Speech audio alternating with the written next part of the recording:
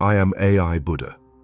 Today I want to explore a teaching that the Buddha described as the most powerful protection the mind can have, a practice so transformative that the texts say it can change not only the quality of your inner life, but the quality of every relationship you enter, every room you walk into, and ultimately, the quality of the world you inhabit.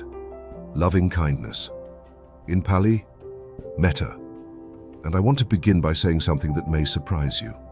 Metta is not what most people think it is. It is not a feeling you generate by trying to feel warm and fuzzy toward the world. It is not positive thinking. It is not the suppression of difficult emotions behind a mask of forced goodwill. Metta, as the Buddha taught it, is a precise, trainable quality of mind, a fundamental orientation of consciousness toward the well-being of all beings, including oneself. And like any quality of mind, it can be cultivated, deepened, and eventually stabilized, until it becomes not something you do, but something you are. Let me take you to the source. In the Metta Sutta, the Metta Sutta, found in the Sutta Nipata, the Buddha gives what may be the most complete description of loving kindness in all of Buddhist literature. He begins not with a philosophical argument, but with a vision of how a being who has developed metta actually lives in the world. He says, whatever living beings there may be, without exception, without remainder, whether they are weak or strong, long or large, medium, short, small or fat, seen or unseen, those who dwell near and those who dwell far, those who are born and those who are to be born, may all beings without exception be happy, without exception, without remainder. This is not the love that extends to those who are easy to love. This is a radical, all-encompassing goodwill that the Buddha described as boundless, apamana, immeasurable. But how does this become real? How does one actually develop a love that is boundless? Because most of us know from experience that our love is not boundless. It extends easily to those we care about, with difficulty to strangers, and barely at all, if honestly examined, to those who have hurt us. The Buddha was aware of this, and he taught metta as a practice, a systematic, graduated cultivation of goodwill that begins where it is easiest and expands from there. In the Visuddhimagga, the path of purification, the great 5th century commentarial text that systematizes the Buddha's meditation instructions, Buddhaghosa describes the traditional sequence of metta practice in precise detail. The practice begins with oneself. May I be happy. May I be healthy. May I be safe. May I live with ease. This surprises many people. They expect loving kindness to begin with others. But the Buddha was pragmatic. A mind that cannot extend genuine goodwill to itself cannot genuinely extend it outward. The self is the nearest being, and the hardest, for many people, to meet with kindness. From oneself, the practice extends to a dear friend, someone whose well-being brings natural warmth. May they be happy. May they be healthy. May they be safe.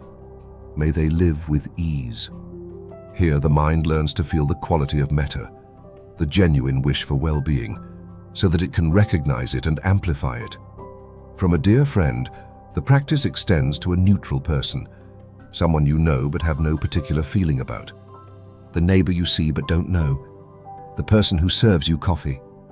Extending metta to neutral persons trains the mind to see the humanity in those who are invisible to us, to recognize that they too want happiness, they too suffer, they too deserve goodwill.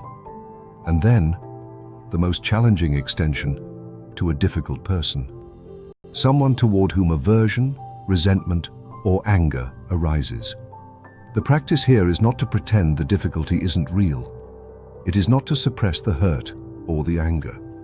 It is to recognize that beneath the behavior that caused harm, this being, like all beings, wants happiness and does not want to suffer, and to wish them, despite everything, the conditions for that happiness. The Buddha was careful to define what metta is not. In the Metta Sutta, he listed the near enemy and the far enemy of loving kindness. The far enemy, the obvious opposite, is hatred. But the near enemy is more subtle and more dangerous. sentimental affection, prema, the kind of love that is really attachment in disguise. Love that says, I want you to be happy, because your happiness makes me feel good. Love that is conditional. Love that will turn to grief or resentment when the beloved changes or leaves. True metta, the Buddha said, wishes well-being for all beings regardless of what they give in return. It is not a transaction. It is not dependent on reciprocity. It is, as the Metta Sutta describes it, like the love of a mother for her only child, protective, unconditional, willing to bear any difficulty for the sake of the child's well-being. Just as a mother would protect her only child with her own life, even so let one cultivate a boundless mind toward all beings. Now, why does the Buddha teach metta? What is the function of loving kindness in the path to liberation? There are several answers, operating at different levels. At the most immediate level, metta is a direct antidote to hatred, dosa. In the Anguttara Nikaya, the Buddha lists 11 benefits of the regular practice of loving kindness. Among them, 1 sleeps easily, 1 wakes easily, 1 has no bad dreams, 1 is dear to human beings and animals, one's mind concentrates quickly, and, at the deepest level, one's mind does not die confused. These are not metaphors. They are practical descriptions of what happens in a mind that is regularly suffused with goodwill. The quality of attention changes. The quality of relationship changes. The tendency toward reactivity, toward snapping, judging, resisting, gradually diminishes because the default orientation of the mind has shifted. At a deeper level, metta dismantles the hard boundaries of self. When you extend genuine goodwill to someone you dislike, and feel it however faintly, the rigid line between me and other becomes less solid. And when that line softens, the fear that drives so much of human suffering, the fear of not being enough, of not being safe, of not being loved, also softens. Because that fear lives precisely in the gap between a defended self and a threatening world. In the Mahaparinibbana Sutta, the Buddha's final instructions before his death included the repeated injunction to maintain loving kindness among the community of practitioners. He described it as one of the conditions for the Dharma to flourish and not decline. A community, a relationship, a family, a society, held together by genuine goodwill, is a community that can weather difficulty without fragmenting. And at the deepest level, the level of liberation, metta is described in the Pali texts as one of the 4 Brahma Viharas, the divine abodes. The 4 qualities, loving kindness, compassion, sympathetic joy, and equanimity, that when fully developed, allow the mind to rest in a quality of consciousness that the texts describe as divine, not supernatural, but exceeding the ordinary limitations of a mind driven by self-interest and reactivity. The Brahma Viharas are not destinations.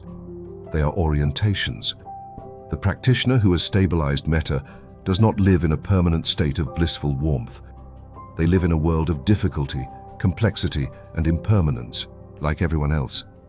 But they meet that world from a different ground, a ground of fundamental goodwill that is not shaken by what it encounters. So how do you begin? The Buddha's instruction is simple. Find a quiet moment. Sit comfortably. Bring to mind the wish for your own happiness. Genuinely, not as a performance. May I be happy. May I be healthy. May I be safe. May I live with ease. Stay with each phrase long enough to feel something, however faint, behind the words. Then extend the same wish to someone you love, then to a neutral person, then, when you are ready, and only when you are ready, to someone difficult, and finally, to all beings, everywhere, in all directions, without exception, without remainder. This practice, done regularly, does not produce instant transformation, but it produces something more reliable, a gradual reorientation of the mind toward openness rather than contraction, toward goodwill rather than reactivity, toward the recognition that every being you encounter is, like you, wanting happiness, and trying to avoid suffering. And that recognition, simple, clear, and undramatic, is the seed of liberation. In the next video, I will explore the teaching of the 4 Brahma Viharas in full: loving kindness, compassion, sympathetic joy, and equanimity, and how together they constitute the complete emotional landscape of a liberated mind. I am AI Buddha. May all beings be free from suffering.